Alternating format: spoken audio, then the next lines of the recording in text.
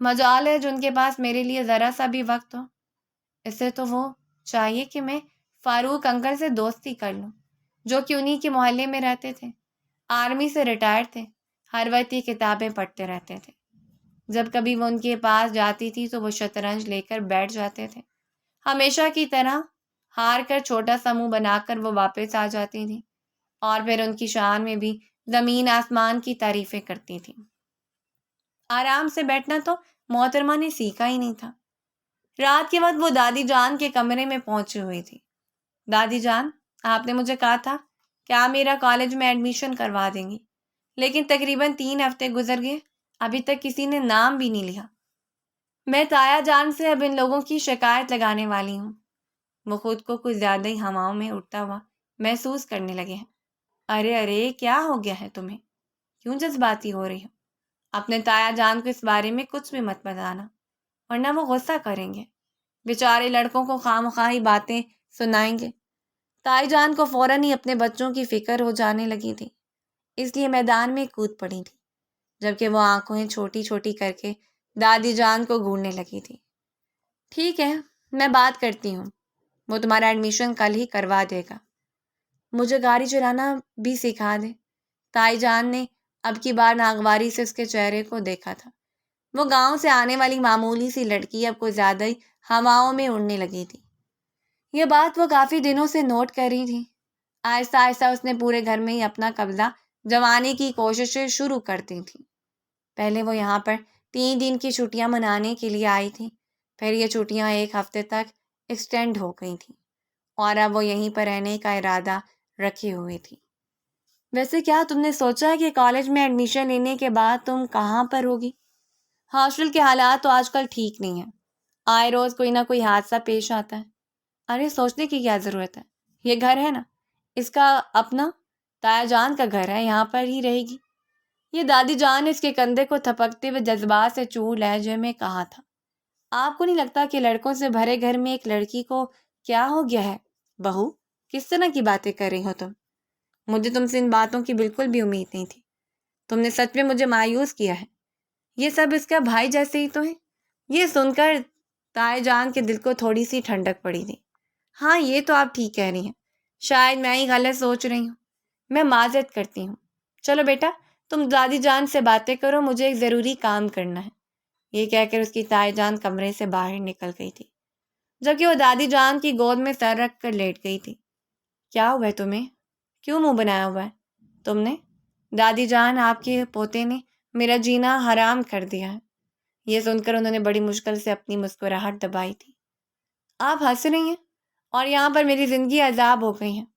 نہیں نہیں، میں کیوں ہنسوں گی، میں تو سیریس ہوں۔ چلو مجھے بتاؤ کہ کیا ہوا ہے، اور اب کیا کہا میرے پوتے نے میری پیاری بچی کو؟ وہ میرے ہر معاملے میں دخل اندازی کرتا ہے، نہ تو مجھے اپنی مرضی سے آگے پیچھے جانے کی اجازت ہے اور نہ ہی کوئی کام کرنے کی اجازت ہے۔ آپ کو پتہ ہے، وہ تو مجھے اپنے کمرے میں بھی نہیں جانے دیتا۔ پتہ نہیں کون سے سرخاب کے پڑ لگے ہوئے ہیں۔ ویسے سچ بتاؤں تو مجھے ان کا کمرہ بہت پسند ہے۔ میرا دل کرتا ہے کہ کسی دن میں ان کے کمرے میں بیٹھ کر مووی دیکھوں۔ دادی جان نے اس کو ڈپٹا۔ کتنی بار کہا ہے میں نے کہ لڑکوں کے کمروں میں یوں منہ اٹھا کر مت جایا کرو۔ وہ اسی لیے ہی تو تمہیں ذلیل کرتا ہے کہ تم یوں ہی اجازت دیے بغیر منہ اٹھا کر اندر چلی جاتی ہو۔ تو کیا ہو گیا دادی جان، وہ میرے بھائیوں جیسے ہیں۔ بھائیوں جیسا ہونے میں اور بھائی ہونے میں زمین آسمان کا فرق ہوتا ہے۔ وہ اس کے سر پر چمٹ لگاتے ہوئے بولی تھی۔ آپ خود ہی میرا دماغ خراب کر رہی ہیں، آپ خود ہی میرے دماغ میں غلط باتیں ڈال رہی ہیں۔ وہ آنکھیں چھوٹی چھوٹی کر کے شرارتی انداز میں کہتی وہاں سے اٹھ کر بھاگی تھی، جبکہ اس کے جانے کے بعد دادی جان نے نہ چاہتے ہوئے بھی مسکرا دی تھی۔ اس لڑکی کا کچھ بھی نہیں ہو سکتا ہے۔ امی، امی، شور کی آواز سن کر وہ بھی اپنے کمرے سے باہر آ گئی تھی۔ یہ میرے کپڑے کس نے دھوئے ہیں؟ جلال احمد کا بس نہیں چل رہا تھا کہ وہ ساری دنیا کو آگ لگا دے۔ اس کی وائٹ کلر کی شرٹ پر اس پر پنک کلر لگا ہوا تھا، اور یہ وائٹ شرٹ اس کی فیورٹ تھی، جو اس نے $500 کی لی تھی، اور اب اس کا ستیہ ناش ہو گیا تھا۔ ارے مجھے کیا پتا، میں نے اس بار ملازمہ کے ساتھ مل کر کپڑے نہیں دھوئے تھے، میں نے تو اپنی بچی کو کہا تھا۔ عائشہ، کیا تم نے اس کے کپڑے دھوئے تھے؟ نہیں تائی جان، میں نے کپڑے نہیں دھوئے ہوئے، میں تو بس ملازمہ کے ساتھ کھڑی تھی، وہ کپڑے دھو رہی تھی اور میں اس کو ہدایات دے رہی تھی۔ کیا تم نے اسے کہا تھا کہ رنگیلے اور سفید کپڑے الگ الگ کر کے دھونا؟ دراصل ان کی حویلی میں نئی ملازمہ آئی تھی، جس سے اگر کام کروانا ہوتا تو اس کو ہدایات دینا بھی ضروری تھی۔ تائی جان اس کو اپنی حویلی میں نہیں رکھنا چاہتی تھی، لیکن چونکہ وہ مجبور تھی اور لاچار تھی، اسی وجہ سے دادی جان نے اسے کام پر رکھ لیا تھا۔ نہیں، یہ تو میں اسے کہنا بھول گئی تھی، اس نے اپنی بالوں میں انگلیاں پھیرتے ہوئے شرمندگی سے کہا تھا۔ یا میرے اللہ، مجھے صبر عظیم عطا فرما۔ جلال احمد آسمان کی طرف دیکھتا ہوا باقاعدہ اونچی آواز میں بولا تھا، امین امین۔ وہ بھی جلدی سے بولی۔ جس انداز میں جلال احمد اسے گھورا تھا، اس کا دل کر رہا تھا کہ زمین پھٹے اور وہ اس میں سما جائے۔ بابا جان آج واپس آئیں تو میں ان سے کلیئر کٹ بات کرتا ہوں۔ میں انہیں کہتا ہوں کہ اس لڑکی کو اس کی پرانی جگہ پر واپس بھیجیں، کیونکہ یہاں پہ رہنے کے قابل نہیں ہے۔ جب سے آئی ہے اس نے میری ناک میں دم کیا ہوا ہے۔ ذرا سی شرم ہوتی ہے، حیا ہوتی ہے، مگر یہ لڑکی کیا جانے کہ وہ کیا ہوتی ہے۔ واہ واہ بھائی صاحب، آپ تو شعر و شاعری بھی کرنے لگے ہیں۔ مدثر اس کی شاعری پر کھل کر اس کی تعریف کرتے ہوئے بولا۔ تم بھی باز آ جاؤ، کیونکہ تمہارے جن کرتوتوں کے بارے میں پتہ چلا ہے ان کے بارے میں تمہارے بابا کو بھنک بھی پڑ گئی تو وہ تمہیں کسی پہاڑ سے نیچے دھکا دے دیں گے۔ کیا ہو گیا جلال بھائی، آپ تو سیریس ہی ہو جاتے ہیں۔ میں تو بس یوں ہی آپ کے ساتھ مذاق کر رہا تھا۔ تو میرے فیوریٹ بھائی ہیں نا۔ وہ اس کی طرف بڑھا تھا تاکہ اس کو گلے لگا سکتا، مگر جلال نے ہاتھ اٹھا کر اسے وہیں پر ہی رکنے کا اشارہ کیا تھا۔ اس کو بولیں کہ اب یہ مجھے وائٹ کلر کی اس طرح کی شرٹ لا کر دے گی، ورنہ میں اس کو دھکے مار کر اس حویلی سے باہر نکال دوں گا۔ اس نے وہ شرٹ اس کے سامنے پھینکی۔ اسی برانڈیڈ کی شرٹ چاہیے تھی مجھے۔ تائی نے تو اپنے بیٹے کے غصے کو نظر انداز کر دیا تھا، جبکہ وہ اپنی جگہ پر جمی ہوئی کھڑی تھی۔ اس کا وجود ہولے ہولے لرز رہا تھا۔ کہیں ایسا تو نہیں کہ تم مجھ سے ڈر گئی ہو؟ میں اپنے اللہ کے علاوہ کسی سے بھی نہیں ڈرتی ہوں۔ واو، یہ تو امپریسو ہو گیا۔ پھر تمہارا وجود کیوں کانپ رہا ہے؟ اب یہ مت کہنا کہ یہ کمزوری کی وجہ سے ہو گیا۔ یہ بالکل بھی نہیں۔ مجھے سمجھ نہیں آ رہی ہے کہ یہ برانڈ کیا ہوتا ہے۔ وہ جو جوس پی رہا تھا اس کے منہ سے فوارے کی صورت میں جوس باہر نکلا تھا۔ تم میرے ساتھ مذاق کر رہی ہو نا؟ میں تمہارے ساتھ کیوں مذاق کروں گی؟ اس میں انتہائی معصومیت سے آنکھیں ٹمٹماتے ہوئے کہا تھا۔ کیا تمہیں واقعی نہیں پتا برانڈ کیا ہوتا ہے؟ مجھے اندازہ تو ہے، لیکن یہ برانڈ کے کپڑے یہ کیا ہوتے ہیں؟ وہ پھر سے بے وقوفوں کی طرح اس کے چہرے کو گھورتے ہوئے بولی تھی۔ کیا تم نے کبھی ڈرامے نہیں دیکھے تھے؟ نہیں، میں ڈرامے نہیں دیکھتی ہوں۔ تو پھر کیا کرتی ہو پورا دن؟ گاؤں میں ہی گھومتی رہتی ہوں، یا پھر نانی جان سے باتیں کرتی رہتی تھی۔ اس نے فخر سے اپنا سر اٹھاتے ہوئے کہا تھا۔ بہت ہی اچھے کام کرتی تھی تم، اسی لیے تم سے یہی امید رکھی جا سکتی ہے۔ یہاں پر آنے کے بعد اس نے اپنے لیے کچھ بھی نہیں لیا تھا۔ اس کے پاس پہننے کے لیے کپڑے بھی پرانے طرز کے بنے ہوئے تھے۔ دادی جان نے اسی شام ہی اسے مدثر کے ساتھ شاپنگ کرنے کے لیے بھیجا تھا، جہاں پر مدثر نے اسے مختلف برانڈز کے بارے میں بتایا تھا۔ وہ اشتیاق بھری نظروں سے ان چیزوں کو دیکھ رہی تھی۔ کیا تم کبھی شاپنگ مال میں نہیں آئی ہو؟ مجھے کبھی کوئی لے کر ہی نہیں گیا ہے۔ میں سارے کپڑے اور باقی ساری چیزیں میری ممانی جان کی خریدتی تھی۔ مجھے حویلی سے باہر نکلنے کی پرمیشن بھی نہیں تھی۔ اس نے سادگی سے اپنے کندھے اچکاتے ہوئے جواب دیا تھا۔ ہاں، اندازہ ہو رہا ہے، اسی وجہ سے یہاں پر آ کے تمہارے پر نکل آئے ہیں۔ بدلے میں اس نے مدثر کو غصے سے مارا تو وہ کرا کر رہ گیا تھا۔ زیادہ فری ہونے کی ضرورت نہیں ہے میرے ساتھ۔ میں یہاں پر آ کر مختلف چیزیں سیکھ رہی ہوں، اور تم دیکھنا کہ ایک ہی مہینے کے اندر میں ایکسپرٹ ہو جاؤں گی۔ وہ دونوں ایک دکان کے اندر داخل ہو رہے تھے کہ مدثر جلدی سے اپنی جگہ پر رک گیا اور پھر سائڈ پر ہو کر کھڑا ہو گیا۔ ارے کیا ہوا ہے تمہیں؟ اور یہ تمہارا ایک دم سے چہرہ لال کیوں ہو گیا؟ نہیں، کچھ بھی نہیں، تم جاؤ، میں یہیں پر ہی کھڑا ہوں۔ تم بھی میرے ساتھ چلو، مجھے شاپنگ کرنے کا ایکسپیرینس نہیں ہے۔ اچھا، کہیں ایسا تو نہیں ہے کہ تم اس لڑکی کو دیکھ کر تم شرما رہے ہو؟ وہ بہت ہی چالاک تھی۔ اس کی چیل جیسے ہی آنکھیں اور تیز دماغ فوراً سے معاملے کو بھانپ لیتے تھے۔ وہ اس سچویشن کو سمجھتی اس کا مذاق اڑاتے ہوئے بولی تھی۔ چپ کر جاؤ، خبردار جو تم نے اس بارے میں کسی کو بتایا۔ یار کیا ہو گیا تمہیں؟ اتنا ڈر کیوں رہے ہو؟ میں کسی کو بھی نہیں بتاؤں گی، میں تو بس یوں ہی تم سے پوچھ رہی ہوں۔ ہاں میں اس لڑکی کی وجہ سے سائٹ پر ہوا ہوں۔ کیا محبت کا چکر ہے تمہیں اس سے مطلب؟ اپنے کام سے کام رکھو۔ ٹھیک ہے، میں تایا جان کو جا کر بتا دیتی ہوں کہ آپ کا بیٹا ہاتھوں سے نکلتا جا رہا ہے۔ میں تمہارا خون پی جاؤں گا۔ مجھے پہلے ہی ساری کہانی بتاؤ یار، وہ میری کلاس کی مانیٹر ہے، میں اس کو پسند کرتا ہوں۔ محبت کوئی بھی تو مانیٹر کے ساتھ؟ چلو آؤ چل کر اسے بات کرتے ہیں۔ وہ جیسی اس لڑکی کے قریب پہنچی اسے خوشگوار سی حیرت ہوئی تھی، کیونکہ یہ چودھریوں کی بیٹی تھی جو کسی کے گاؤں میں رہتی تھی اور اسٹڈی کے سلسلے میں اسلام آباد ہاسٹل میں آئی ہوئی تھی۔ یار کیسی ہو تم؟ وہ پرجوش انداز میں ندا کی طرف بڑھی۔ میں بالکل ٹھیک ہوں یار، تم کیسی ہو؟ ندا نے اس کے موٹے موٹے گال کھینچتے ہوئے پیار سے کہا تھا۔ الحمدللہ میں بھی ٹھیک ہوں۔ ارے یہ تمہارا بھائی ہے کیا؟ نہیں یہ میرا بھائی نہیں ہے، میرے تایا جان کا بیٹا ہے، بہت ہی اچھا انسان ہے۔ ہاں وہ تو مجھے اندازہ ہے، یہ میری کلاس میں ہی پڑھتا ہے۔ ندا نے ایک سرسری نظر مدثر پر ڈالی اور مدثر کو یوں لگ رہا تھا جیسے کسی نے زمانے بھر کی خوشیاں اس کے پاؤں میں آ کر رکھ دی ہوں۔ اس کا دل زور زور سے دھڑک رہا تھا اور اس کے گال بھی بار بار شرم کے مارے دہک رہے تھے۔ اس کی حالت کو دیکھتی ہوئی عائشہ لطف ہوتی ہوئی ہو رہی تھی، اس طرح سے تو لڑکیاں بھی نہیں شرماتی ہوں گی جس طرح سے تم شرما رہے ہو۔ وہ کونی اس کے پیٹ پر مارتی ہوئی بولی تو وہ درد سے تھوڑا سا نیچے جھکا، مگر پھر اپنی کرش کو دیکھ کر فوراً سے سیدھا ہو کر کھڑا ہو گیا تھا۔ اگر تم برا نہ مناؤ تو کیا ہم اکٹھے لنچ کر سکتے ہیں؟ ہاں شیور۔ اس سے مال میں یہ کیفے موجود تھا، وہ اب اس سے ادھر ادھر کی باتیں کر رہی تھی۔ وہ دونوں مختلف برانڈز کو ڈسکس کر رہے تھے۔ مدثر کے کان بھی کھڑے ہو گئے تھے۔ اس نے ایک بار تو حیرت سے اپنے پہلو میں بیٹھی ہوئی اس شاطر کزن کو دیکھا تھا جو تھوڑی دیر پہلے تک یہ کہہ رہی تھی کہ اسے برانڈز کا پتہ ہی نہیں ہے، اور اب وہ یوں ڈسکس کر رہی تھی جیسے اس سے زیادہ نالج کسی کے پاس بھی موجود نہ ہو۔ انتہائی خوشگوار ماحول میں کھانا کھایا گیا۔ اس کے جانے کے بعد وہ دانت پیستے ہوئے بولا، تمہیں میرے سامنے انجان بننے کی کیا ضرورت تھی؟ میں تو بس دیکھنا چاہتی تھی کہ تم مجھے کس حد تک جاہل سمجھتے ہو۔ یار تمہارا خاندان تو مجھے بہت بڑا بے وقوف سمجھتا ہے۔ آئندہ میں تمہاری کسی بات پر کوئی یقین نہیں کروں گا۔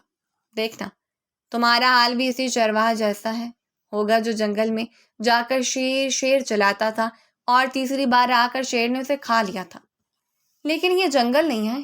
وہ لبوں پر شرارتی سی مسکراہٹ سجاتے ہوئے دلفریب انداز میں بولی تھی، مگر یہاں پر ایک شیر موجود ہے، اور تمہیں پتہ ہے کہ وہ شیر کون ہے؟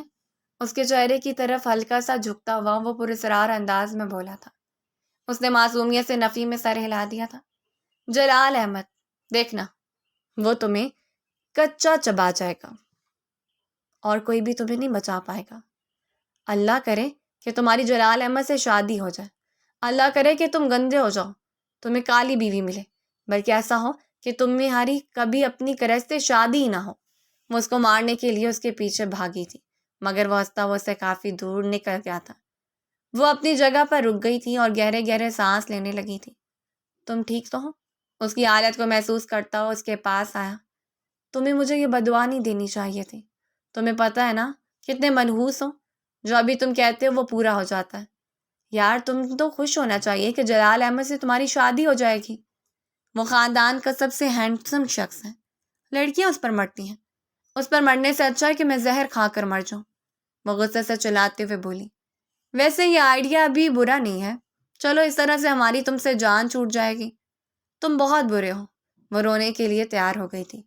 اچھا میری بچی اب رونا مت شروع کر دینا، چلو میں تمہیں تمہاری پسندیدہ مووی دکھانے کے لیے لے کر جاتا ہوں۔ وہ دونوں بیٹھے مووی دیکھ رہے تھے، جبکہ وہ سیٹ سے ٹیک لگائی مسلسل آنسو بہا رہی تھی، کیونکہ مووی بہت ہی سیڈ تھی۔ اس کے آس پاس کوئی ہوش نہیں تھا۔ اسے یہ بھی نہیں پتا تھا کہ اس کے دائیں جانے والی سیٹ پر شہر کا سب سے بڑا بزنس مین سلطان خان بیٹھا ہوا تھا، جو کہ مسلسل اس لڑکی کی حرکتوں کو نوٹ کر رہا تھا اور انجوائے بھی کر رہا تھا۔ میڈم آپ ٹھیک تو ہیں؟ تھوڑی دیر کے بعد وہ ہلکا سا اس پر جھکا تو وہ نفی میں سر ہلانے لگی اور پھر چھوٹے بچوں کی طرح رونے لگی۔ میں ٹھیک نہیں ہوں، میں بالکل بھی ٹھیک نہیں ہوں، تم دیکھ رہے ہو وہ شخص اس لڑکی کو کیسے دھوکہ دے سکتا ہے یار؟ میرے اللہ، مجھے صبر عظیم عطا فرما۔ مدثر نے اپنے اندر اٹھتے ہوئے لاوے پر بڑی مشکل سے قابو پایا تھا، جو کہ ایک اجنبی شخص کے ساتھ فوراً سے فری ہو گئی تھی، جیسے وہ اس کا بچپن کا دوست ہو۔ ارے میڈم صاحبہ، بھائی یہ تو ایک مووی ہے۔ سلطان خان کو بہت زیادہ دلچسپ معلوم ہوئی تھی۔ کیا مجھے ایک ٹیشو مل سکتا ہے؟ اس نے اپنی ناک کھینچتے ہوئے معصومیت سے کہا تھا۔ آپ حکم کریں، آپ کے لیے کچھ بھی حاضر ہے۔ یہ بات اس نے دبے ہوئے انداز میں کہی تھی، کہیں ایسا نہ ہو کہ وہ لڑکی اس کو غلط سمجھ بیٹھے۔ اتنا تو اسے معلوم ہو گیا تھا کہ وہ لڑکی بہت ہی معصوم ہے۔ اس نے اپنی جیب سے ٹیشو نکال کر اس کے حوالے کیا۔ اس مووی کا اینڈنگ بہت ہی سیڈ ہوئی تھی۔ جب وہ سینما سے باہر نکلی تو اپنی کزن کو گالیاں دینے لگی۔ یہ سب کچھ تمہاری وجہ سے ہوا ہے۔ اگر تم مجھے وہ مووی دکھانے کے لیے لے کر نہ جاتے تو قسم سے میں ذلیل ہونے سے بچ جاتا۔ یار، اس آدمی کے ساتھ فری ہونے کی کیا ضرورت تھی؟ وہ تمہارا کیا لگتا ہے؟ تمہیں سے کیا مطلب ہے؟ اور میں اس کے ساتھ فری نہیں ہو رہی تھی، میں تو بس اسے اپنا درد بانٹ رہی تھی۔ تمہارے سینے میں تو دل نام کی کوئی چیز ہی نہیں ہے۔ وہ غور سے اس کے کندھے پر ہاتھ مارتے ہوئے بولی تھی۔ جب وہ حویلی میں داخل ہوئی تو اس کے تایا جان لاؤنج میں ہی بیٹھے ہوئے تھے۔ ان کو دیکھ کر وہ دل فریب انداز میں مسکرا دی اور بازو پھیلا کر بھاگی ان کے پاس۔ یہ میرے پیارے تایا جان، ان کے گلے لگا کر وہ جوش انداز میں بولی نہیں۔ جلال احمد اس کو دیکھ کر بدمزہ ہو گیا تھا۔ ایسا نہیں ہو سکتا تھا کہ میں چٹکی بجاؤں اور یہ لڑکی یہاں سے غائب ہو جائے۔ اس نے مدثر کے کانوں میں گھستے ہوئے کہا تھا۔ میں بھی اب یہی چاہتا ہوں، کیونکہ یہ لڑکی اب میرے صبر کا امتحان بنتی جا رہی ہے۔ جو کچھ اس نے سینما میں کیا تھا وہ ابھی بھی اس کے ذہن میں گھوم رہا تھا اور اس کو غصہ دلا رہا تھا۔ کیوں؟ کیا ہوا ہے؟ بعد میں اس بارے میں بات کروں گا، فی الحال میرا موڈ بہت خراب ہے۔ وہ غصے سے سر جھٹکتا ہوا اپنے کمرے میں چلا گیا تھا۔ اس کے خاندان کی عورتیں یوں آسانی سے دوسرے مردوں کے ساتھ فری نہیں ہوتی تھیں، اور یہی بات مدثر کو بھی بری لگتی تھی۔ وہ آپ اپنے تایا جان کے پاس بیٹھی ہوئی جلال احمد کی برائیاں کیے جا رہی تھی۔ وہ مجھے ڈرتا ہے، غصہ کرتا ہے، بلا وجہ مجھ پر رعب جماتا ہے، اور آپ کو پتہ ہے کہ اس نے مجھے کہا ہے کہ وہ میرا کالج میں ایڈمیشن نہیں کروائے گا، بلکہ اس نے کہا ہے کہ میں اس گھر سے نکل جاؤں۔ یہاں پر میرا کوئی حق نہیں ہے۔ تایا جان، کیا میں آپ کی بیٹیوں جیسی نہیں ہوں؟ آپ نے تو خود ہی کہا تھا کہ میں آپ کی بیٹی ہوں، پھر وہ میرے ساتھ ایسا کیوں کرتا ہے؟ میں جب اس کو بھائی کہتی ہوں تو مجھے کہتا ہے اپنی گندی زبان سے مجھے بھائی کہہ کر نہ پکارا کرو۔ تمہاری جیسی بہن ہوتی تو میں اسے پیدا ہوتے ہی زمین کے اندر زندہ دفنا دیتا۔ یہ کہہ کر اس نے پھر سے اونچی اونچی آواز میں رونا شروع کر دیا تھا۔ جلال احمد، جو کہ اسی وقت ہی بیٹھک میں داخل ہوا تھا، اس کی باتیں سن کر حیران و پریشان رہ گیا۔ یہ تو اس نے کہا ہی نہیں تھا، بلکہ اس نے تو ایسی کوئی بات ہی نہیں کی تھی۔ صدمے سے دو چار وہ اس وقت بہت ہی مزاحیہ لگ رہا تھا۔ بابا جان، اس نے صرف یہ بات ہی اپنے منہ سے نکالی تھی کہ اس کے بابا جان دھاڑتے ہوئے بولے تھے، تمہاری ہمت بھی کیسی ہوئی میری بچی کو پریشان کرنے کی؟ اور تم ہوتے کون اسے یہاں سے بھیجنے والے؟ یہ اس کا گھر ہے، اور ابھی کچھ ہی دنوں میں یہ پوری حویلی میں اس کے نام کر دوں گا، اور پھر ڈیسائیڈ ہو گیا کہ کس کو یہاں پہ رہنا ہے اور کسے یہاں سے جانا ہے۔ وہ جو اپنا سر جھکائے آنسو بہا رہی تھی، ہلکا سا سر اٹھایا اور اس کو بائیں آنکھ بھی ہوتی دیکھا۔ آپ نے یہ نوٹنکی کر لی ہے، ڈرامے لگا رہی ہیں۔ میں نے ایسا کچھ بھی نہیں کہا۔ ابھی تھوڑی دیر پہلے اس نے مجھے آنکھ ماری ہے۔ جلال، اب تم حد کراس کر رہے ہو، بچوں والی باتیں مت کرو اور جاؤ یہاں سے۔ میں تمہاری کوئی بھی بات نہیں سننا چاہتا ہوں۔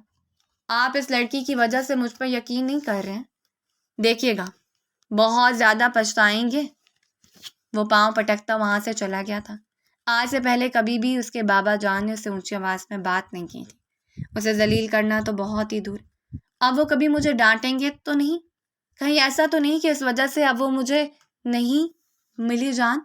وہ تو میں کچھ بھی نہیں کہے گا، اور اگر اس نے کچھ کہا تو تم میرے پاس آ جانا، میں اس کے کان کھینچوں گا۔ آپ دنیا کے بیسٹ تایا جان ہیں۔ یہ کہہ کر وہ ان کے گلے لگتی ہوئی کمرے سے باہر نکل گئی تھی۔ اگلے ہی دن وہ اسے خود کالج لے کر گیا تھا، اس کا کالج میں داخلہ کروایا تھا۔ اس دوران وہ اسے کوئی بھی بات نہیں کر رہا تھا کہ نہیں ایسا نہ ہو کہ محترمہ پھر سے شکایت لگانے کے لیے پہنچ جائے۔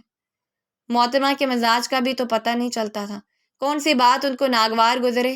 ایسا نہیں تھا کہ وہ اس لڑکی سے ڈرتا تھا، اسے صرف اور صرف اپنے بابا سے خوف محسوس ہوتا تھا۔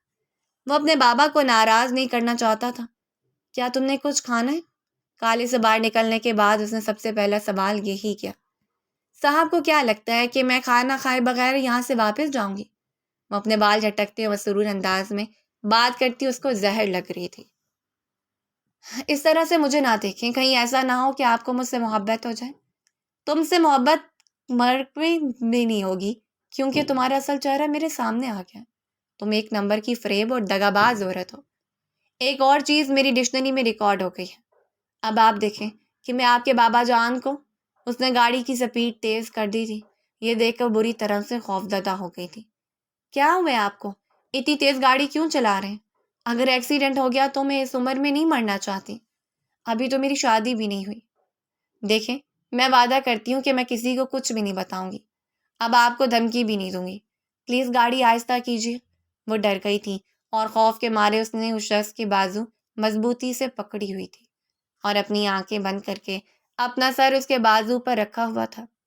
اس نے ایک جھٹکے سے بریک لگائی تو اس کا سر سامنے لگتے لگتے بچا تھا۔ اگر آپ کو مرنے کا ارادہ ہے تو آپ اکیلے ہی مر جائیں۔ مجھے اس نئے کام میں شامل نہ کیجیے، کیونکہ ابھی میں نے اپنے بہت سے خواب پورے کرنے ہیں، جس کے بعد پھر تمہاری حرکتیں ہیں۔ مجھے نہیں لگتا کہ تم زیادہ عرصے تک میرے ہاتھوں سے بچ پاؤ گی، یا پھر سے مجھے مارنے کی دھمکی دے رہے ہیں۔ اور جو تم مجھے مسلسل دھمکیاں دے رہی ہو اس کا کیا؟ میں صرف اور صرف تمہاری عزت کرتا ہوں اور کچھ بھی نہیں۔ تم سے ڈرتا ورتا نہیں ہوں میں۔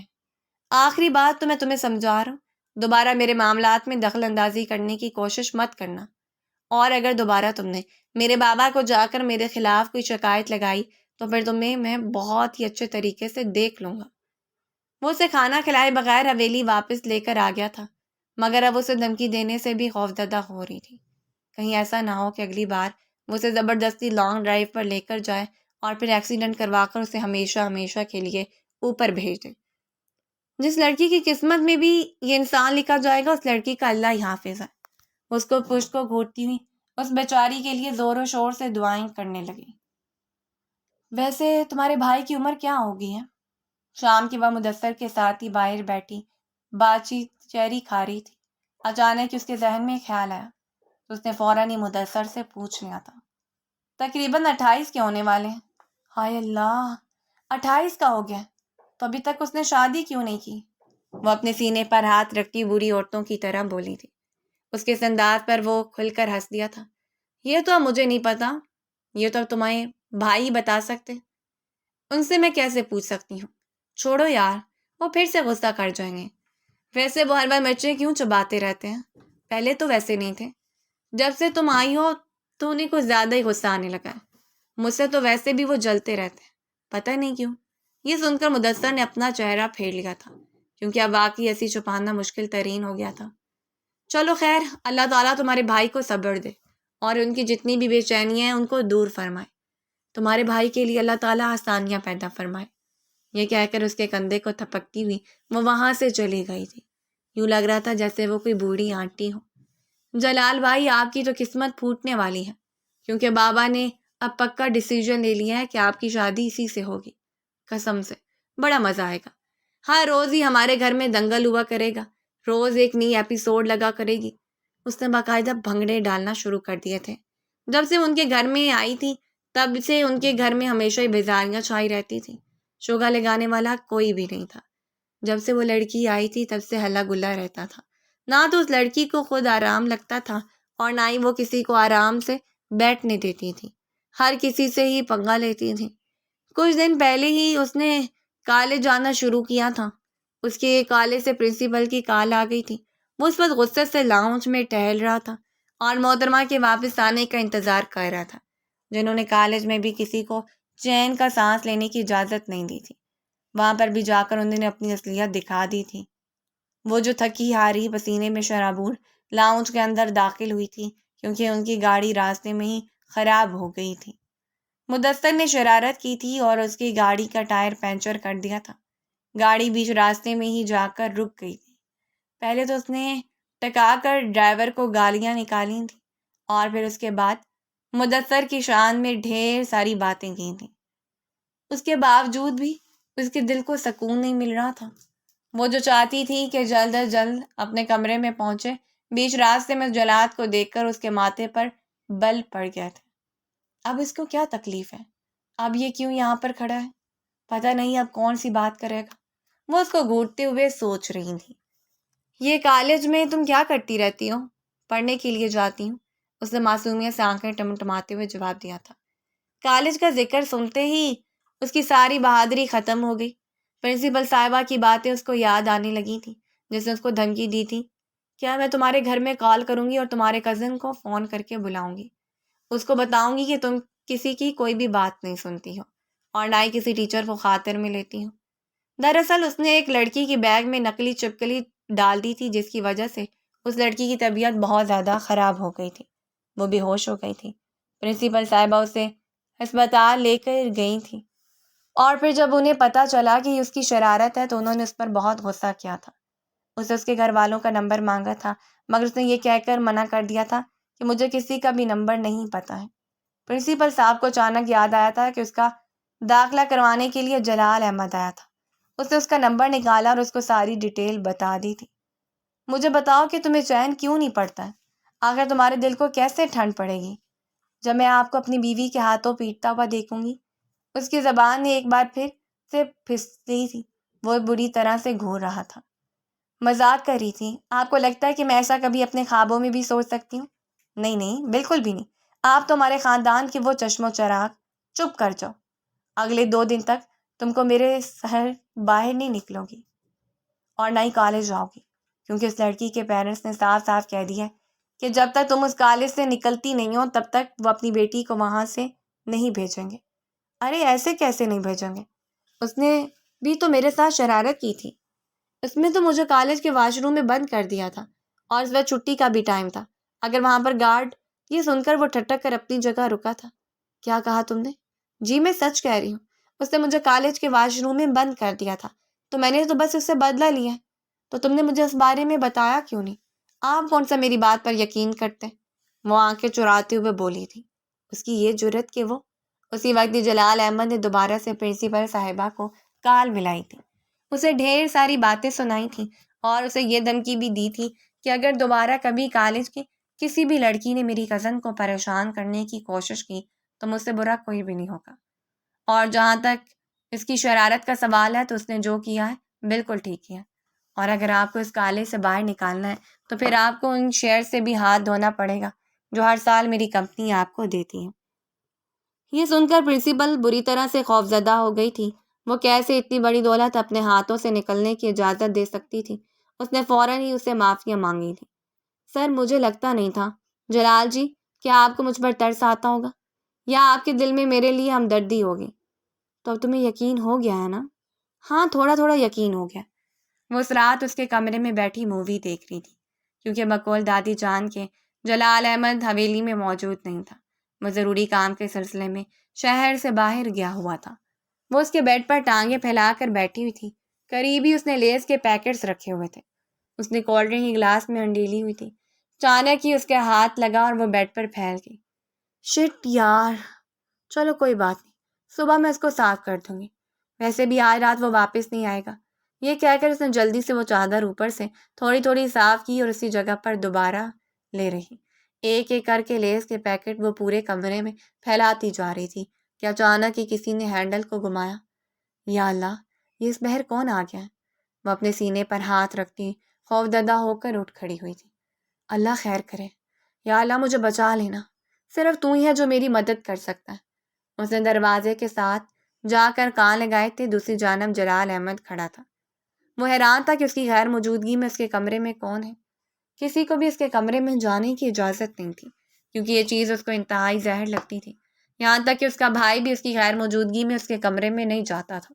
اس نے دوبارہ ہینڈل گھمایا اور دروازہ کھولنے کی کوشش کی، اور پھر اونچی آواز میں بولا، ابھی اور اسی وقت دروازہ کھولو ورنہ میں دروازہ توڑ کر اندر آ جاؤں گا۔ اس نے جھٹ سے دروازہ کھول دیا تھا۔ تم یہاں پر کیا کر رہی ہو؟ وہ اس کو خونخوار انداز میں گھورتے ہوئے بولا تھا۔ وہ میں بکری کی طرح میں مت کرو، جو سوال پوچھا ہے مجھے اس کا جواب دو۔ وہ میں یہاں پر مووی دیکھ رہی تھی۔ اس نے مووی کی طرف اشارہ کیا۔ جہاں پر اس وقت بہت ہی رومانٹک سین چل رہا تھا۔ اس کے گال شرم کے مارے لال ہو گئے تھے، جبکہ جلال نے بے ساختہ نظریں چرائی تھیں، اور جب اس نے اپنے کمرے کی حالت دیکھی تو اس کو اپنا ساتھ گول گول گھومتا ہوا محسوس ہوا تھا۔ یہ تم نے کیا کیا ہے؟ وہ بے بسی سے چلاتے ہوئے بولا تھا۔ میں تو بس یہاں پر تھوڑا سا انجوائے کر رہی تھی۔ وہ اصل میں مجھے آپ کا کمرہ بہت پسند ہے نا، تو میں ابھی اور اسی وقت میرا کمرہ صاف کرو۔ جلال احمد نے نہ صرف اسے پورے کمرے کی صفائی کروائی تھی بلکہ بیڈ کی چادر بھی دھلوائی تھی۔ دیکھیے گا کہ فرشتے آپ کا الگ سے حساب لیں گے، وہ بھی کونے میں لے جا کر۔ وہ روحان سی ہو گئی تھی، اس کی آنکھوں سے آنسو بہ رہے تھے، مگر جلال احمد کو تو جیسے کوئی فرق ہی نہیں پڑ رہا تھا۔ اس لڑکی کو سزا دینا بھی ضروری تھا۔ اس کے بعد اس نے اس لڑکی سے اپنے سارے گندے کپڑے بھی دھلوائے تھے۔ رات کا وقت تھا، وہ دونوں اس وقت لانڈری میں کھڑے تھے۔ وہ کپڑے دھو رہی تھی اور دل ہی دل میں اس کو گالیوں سے نواز رہی تھی، جبکہ وہ پرسکون انداز میں سامنے کھڑا اس کے چہرے کا طواف کر رہا تھا۔ وہ لڑکی بلا شبہ بہت حسین تھی، اس میں کوئی شک نہیں تھا۔ آسمان سے اترتی ہوئی کوئی پری معلوم ہو رہی تھی، مگر حد سے زیادہ شرارتی تھی اور کسی حد تک کم عقل بھی تھی۔ تمہارا کالج میں کیسا وقت گزرا ہے؟ آپ کو اس سے مطلب؟ کیا کہا تم نے؟ اس نے اپنی اونچی آواز کی تو جھٹ سے بولی تھی۔ میرے کہنے کا مطلب یہ ہے کہ وقت بہت ہی اچھا گزرا ہے، بس وہ لڑکیاں مجھے پسند نہیں ہیں۔ وہ میری زبان کی وجہ سے میرا مذاق بناتی ہیں۔ میری انگلش بھی تھوڑی سی کمزور ہے، اس وجہ سے تو پھر تم اپنی انگلش پر توجہ دو۔ شرارتیں کرنے سے اچھا ہے کہ تم یوٹیوب ویڈیوز دیکھا کرو، اپنی ووکیبلری کو ٹھیک کرو۔ بس سنجیدگی سے اس کو ہدایات کر رہا تھا۔ کوشش کروں گی، اس نے لاپرواہی سے کندھے جھکاتے ہوئے کہا۔ اگر اسی طرح سے ہی چیزوں کو ٹالتی رہوگی تو پھر ساری دنیا ہمیشہ مذاق ہی بناتی رہے گی۔ آپ کو میری جیسی لڑکیاں کیسی لگتی ہیں؟ مجھے تم جیسی لڑکیوں سے شدید نفرت ہے۔ قسم اٹھا کر کہتی ہوں کہ تم جیسی لڑکیوں کو دیکھتا ہوں تو میرا دماغ غصے سے گھومنے لگتا ہے، جو اپنی صلاحیتوں کو یوں ہی ضائع کر دیتی ہیں اور ان کو غلط جگہ پر استعمال کرتی ہیں۔ عائشہ کو اس قدر صاف گوئی بالکل بھی اچھی نہیں لگی تھی۔ آپ کو بھی زیادہ خوش فہمی میں مبتلا ہونے کی ضرورت نہیں ہے، مجھے بھی آپ جیسے مردوں سے شدید نفرت ہے، وہ دو بدو ہو کر بولی تھی۔ تمہیں لگتا ہے کہ تمہاری اس نفرت سے مجھے کوئی فرق پڑتا ہوگا؟ جلال احمد کو کسی سے کوئی فرق نہیں پڑتا۔ میری اپنی الگ ایک دنیا ہے جس میں بہت خوش ہوں۔ میری اس دنیا میں تم جیسی لڑکیوں کی کوئی جگہ نہیں ہے اور نہ ہی کبھی کوئی جگہ ہو سکتی ہے۔ چلو اب جلدی سے یہ کپڑے پھیلا دو، مجھے نیند آ رہی ہے، میں اپنے کمرے میں جا کر آرام کر رہا ہوں۔ دوبارہ اس طرح کی حرکت مت کرنا ورنہ جان سے مار دوں گا۔ انگلی اٹھا کر دھمکی دینا ہوا وہ وہاں سے چلا گیا تھا۔ اس کے جانے کے بعد وہ زمین پر ہی بیٹھ گئی تھی، اس کی آنکھوں میں آنسو ٹھہرے ہوئے تھے۔ تایا جان، آپ نے پہلی بار ایسا فیصلہ کیا جو مجھے غلط محسوس ہو رہا ہے۔ جلال احمد کو میں زہر لگتی ہوں، وہ مجھ سے نفرت کرتا ہے۔ اس نے ڈائریکٹلی تو یہ بات نہیں کی مگر انڈائریکٹلی اس نے مجھے میری اوقات یاد دلا دی ہے۔ اس کو اپنا دل ٹوٹتا ہوا محسوس ہوا تھا، حالانکہ اس نے اپنے آپ سے وعدہ کیا تھا چاہے کچھ بھی ہو جائے وہ اپنے دل کو ٹوٹنے نہیں دے گی۔ وہ اپنے کپڑے خود ہوتی تھی اور اس نے کبھی بھی ملازموں سے اپنے کپڑے نہیں دھلوائے تھے، اسے عادت نہیں تھی اور نہ ہی اسے یہ سب کچھ پسند تھا۔ کل اس نے اپنے سارے کپڑے دھوئے، چھت پر پھیلانے کے لیے گئی، بالٹی میں تھوڑا سا پانی بچ گیا تھا، اس نے وہ پانی چھت سے نیچے پھینک دیا تھا۔ وہ جو آفس جانے کے لیے باہر نکل رہا تھا اسے اچانک افتاد کے لیے تیار نہیں تھا۔ وہ اس کو پہچان چکی تھی اس لیے جلدی سے سائڈ پر ہو گئی۔ بیڑا غرق ہو اس کے گلابی رنگ کے آنچل کو، جو کہ جلال احمد کی نظروں میں آ گیا تھا۔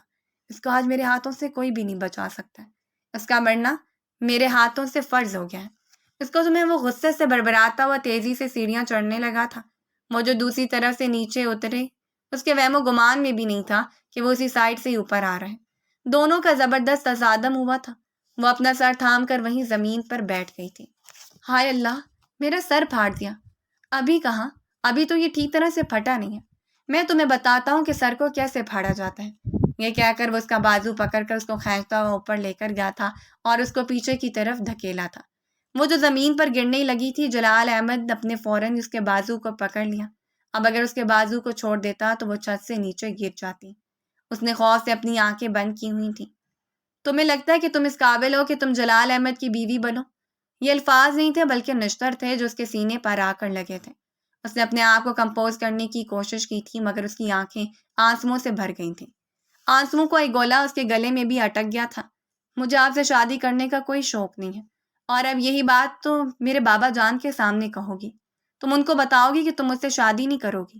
اسی وجہ سے نہیں کہ تمہیں شوق نہیں ہے، بلکہ اس وجہ سے کیونکہ مجھے تم سے جیسی لڑکی کے ذات میں دلچسپی نہیں ہے.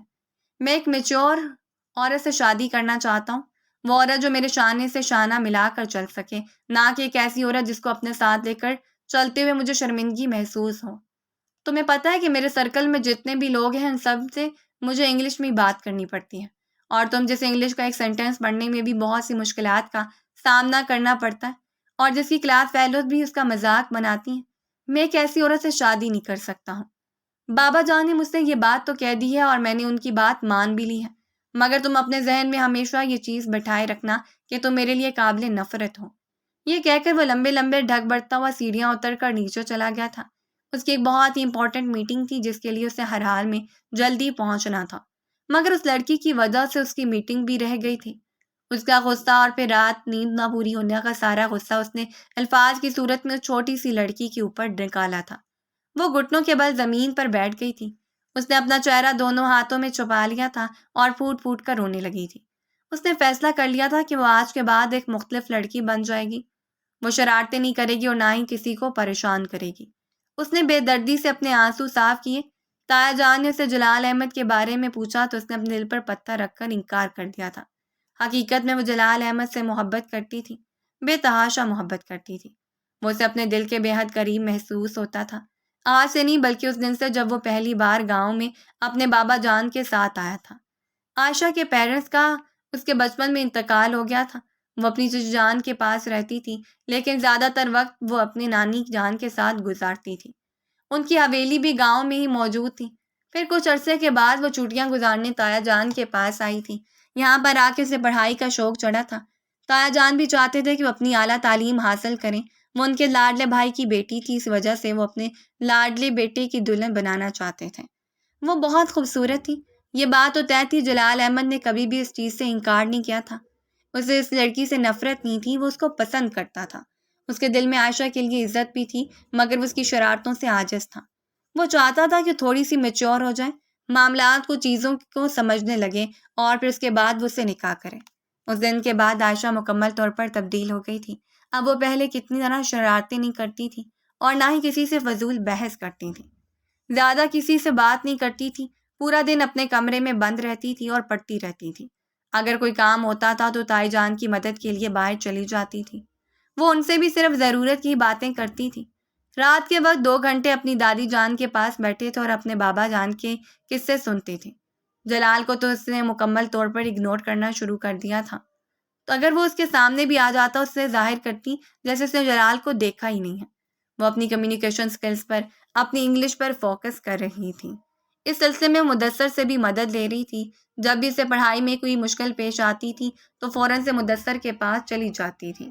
ایک دن جب وہ وہاں پر گئے تو مدثر نے کہا اسے وہ کوسچن نہیں آتا ہے. جلال احمد نے اسے حل کے لیے کہا تو وہ جواب دیے بغیر ہی باہر آ گئے تھے. جلال احمد کے لبوں پر ایک پھیکی سی مسکراہٹ پھیل گئی. وہ مدثر کی طرف دیکھتے ہوئے دل فریب انداز میں بولا، آخر یہ ٹرک کام کر ہی گئی. محترمہ آپ کو لے کر سیریس ہو گئی ہے. میں بھی یہی چاہتا تھا کہ وہ اپنے آپ پر فوکس کریں، اپنی زندگی کو تھوڑا سا سیدھا کریں، اپنی زندگی کو الائن کریں. ان شرارتوں میں کچھ بھی نہیں رکھا ہوا تھا. وہ اب سے نفرت کرنے لگی ہے. مدثر نے اس کو خبردار کرتے ہوئے کہا تھا، میں اسے خود سے محبت کرنے پر مجبور کر دوں گا، لیکن جب ٹھیک وقت آئے گا. ابھی نہیں. ابھی اسے اپنی پڑھائی کی طرف توجہ دینے دو، ورنہ اس کا دماغ مزید خراب ہو جائے گا. بعد میں اگر اس نے آپ سے شادی سے انکار کر دیا تو آپ کیا کریں گے؟ وہ ایسا نہیں کرے گی. میں تب اس کے قدموں میں گر جاؤں گا. تو ابھی کیوں نہیں؟ کیونکہ ابھی میں چاہتا ہوں کہ وہ اپنے آپ کو اہمیت جانے. جلال احمد نے کندھے جھکاتے ہوئے نارمل سے انداز میں کہا تھا. یہ 2 سال بھر لگا کر اڑ گئے تھے، وقت گزرنے کا پتہ ہی نہ چلا تھا. اس نے FSC میں ٹاپ کیا تھا اور ابھی وہ یونیورسٹی میں ایڈمیشن لینا چاہتی تھی. جلال احمد نے بھی اپنی کمپنی کو ایک بڑے لیول پر ایکسپینڈ کر دیا تھا. گھر میں ان دونوں کی شادی کی بات چلی تو اس نے صاف انکار کر دیا تھا. اب اس نے جلال کے سامنے کھڑے ہو کر اس کی آنکھوں میں آنکھیں ڈال کر یہ بات کہی تھی. وہ امپریس ہوئے بغیر نہ رہ سکا تھا. اس لڑکی نے اپنے آپ کو کافی حد تک گروم کر لیا تھا. اب وہ اپنی تائی جان کے ساتھ پارٹیز میں خوفزدہ ہو کر نہیں جاتی تھی، بلکہ کانفیڈنٹ ہو کر جاتی تھی. اس کو لوگوں سے ڈیل کرنا آ گیا تھا. اس کی کمیونیکیشن سکلز امپروو ہو گئی تھیں. اس کے لیے اس لڑکے کا رشتہ آیا تھا جس نے سنیما میں اس کو ٹیشو دیا تھا. سلطان خان اس کو ڈھونڈنے میں کامیاب تو ہو گیا تھا، مگر اس کی بدقسمتی یہ کہ وہ تو جلال صاحب کے نام تھے، اور جلال صاحب کیسے اتنی آسانی سے اپنی محبت کسی اور کو سونپ سکتے تھے.